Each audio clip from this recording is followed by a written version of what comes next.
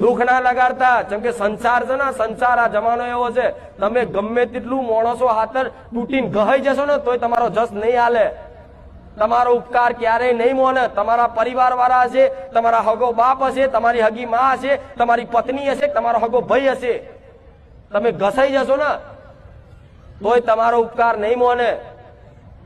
એક નોની અમથી કામ હારા કર્યા ને એક અમથી ભૂલ થઈ જાય ને તમને તરછોડી દે છે. આ સંસાર આવો છે, માયા એવી છે ભગવાનની. તો આ બધામાં છે ને પડવાની જરૂર નહીં. તમારે છે ને ખાલી તમારા કર્તવ્યનું પાલન કરો. આજ જેમ મારો દીકરો છે, તમારા દીકરો કેવું કર્તવ્યનું પાલન કરે છે કે એના બેહવાનું અને બેહીને મને માતાનું સ્મરણ કરી અને મને માતાને બોલાવવાની અને લાખો ભક્તો વચ્ચે મારા પ્રવચન કરવાના અને બે સારી વાતો કરી અને મારો દીકરો અહીંથી જાય ને એટલે બીજે દાડ ભૂલી જાય કે હું ગાદીપતિ છું. એ એનું જે કામ કરતો ને એ રોજનું કામે લાગી જાય.